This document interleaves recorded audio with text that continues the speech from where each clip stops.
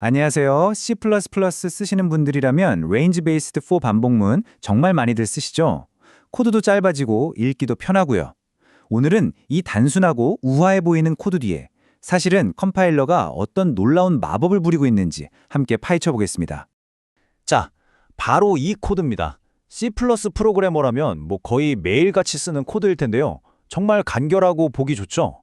근데 혹시 이런 생각 해보신 적 없으세요? 아니 이게 대체 어떻게 돌아가는 거지? 하고 말이죠. 오늘 그 궁금증을 풀어드릴게요. 자, 그럼 이제 커튼 뒤를 한번 들여다볼까요?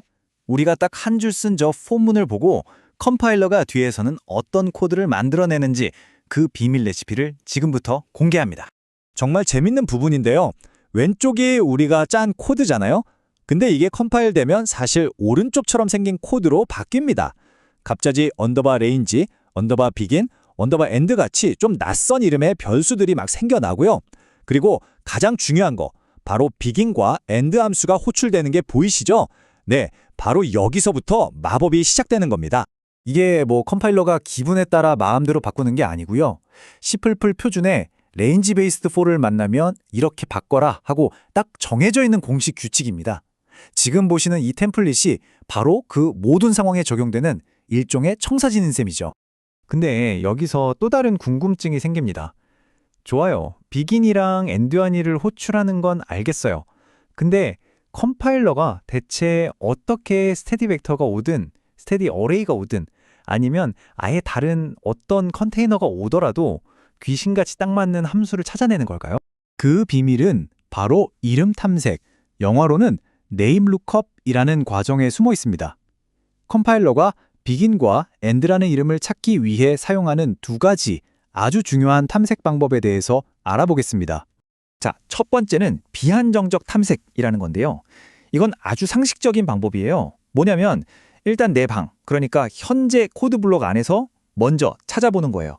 없으면 거실로, 즉 바깥 블록으로 나가보고 그래도 없으면 집 전체, 전역 스코프까지 점점 범위를 넓혀가면서 찾는 거죠. 대부분은 이 방법으로 해결이 되거든요. 그런데 만약에 내 방에도 없고 집안 어디를 뒤져봐도 없다면 그럼 못 찾는 거잖아요. 바로 이럴 때를 대비해서 아주 특별하고 강력한 규칙이 하나 더 있습니다. 그게 바로 ADL, 인자종속 탐색이라는 겁니다. 이게 진짜 핵심이에요. C++를 엄청나게 유연하게 만들어주는 뭐랄까 컴파일러에 숨겨진 필살기 같은 거죠.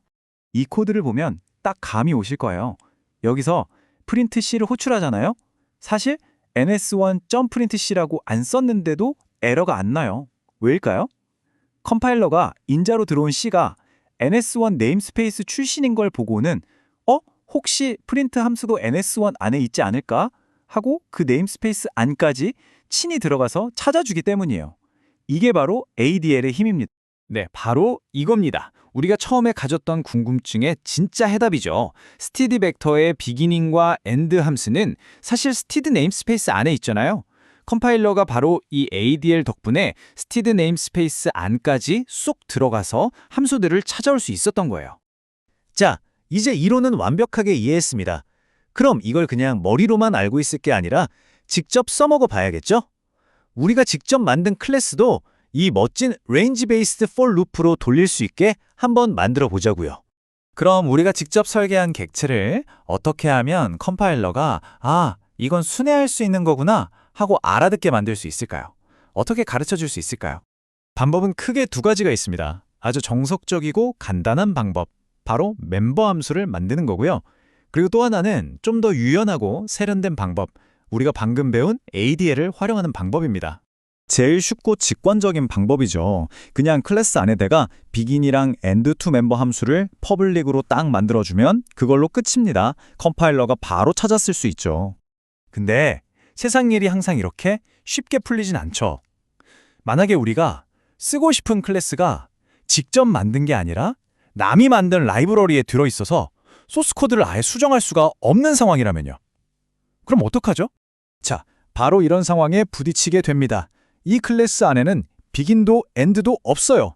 그럼 컴파일러 입장에서는 이걸로 반복문을 어떻게 만들라는 거야?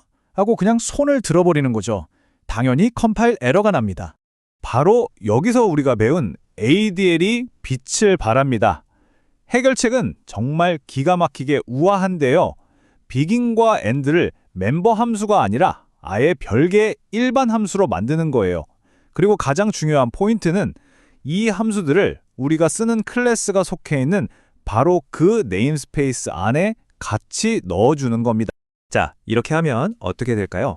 컴파일러가 for 루프를 보고 우리 객체를 봤습니다. 멤버 함수가 없네? 그럼 ADL을 시도하겠죠.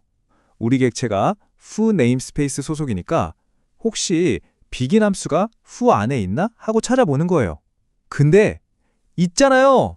우리가 방금 넣어줬으니까요. 이렇게 해서 모든 것이 완벽하게 작동하게 되는 겁니다. 정말 멋지지 않나요? 자, 이제 모든 비밀이 풀렸습니다. 그럼 마지막으로 컴파일러가 어떤 순서로 비긴과 엔드를 찾는지 그 전체 프로세스를 한번 깔끔하게 정리해 볼까요? 컴파일러는 아주 체계적으로 움직입니다. 1단계, 일단 객체 안에 obj.begin 같은 멤버 함수가 있는지부터 봅니다. 제일 우선순위가 높죠. 2단계, 멤버 함수가 없으면 이제 밖에서 begin obj 형태의 일반 함수를 찾아봐요. 이게 우리가 아는 일반적인 탐색이고요. 그리고 마지막 3단계, 그래도 없으면 최후의 비기, 바로 ADL을 사용해서 객체의 네임스페이스 안까지 샅샅이 뒤져보는 겁니다. 이 3단계를 거치면 웬만한 건 다 찾아낼 수 있는 거죠. 이제 여러분은 C++의 range based for loop가 단순한 문법 설탕이 아니라 그 뒤에 컴파일러의 정교한 이름 탐색, 특히 ADL이라는 강력한 메커니즘이 숨어 있다는 걸 알게 되셨습니다. 그냥 쓰는 것과 알고 쓰는 건 정말 큰 차이죠.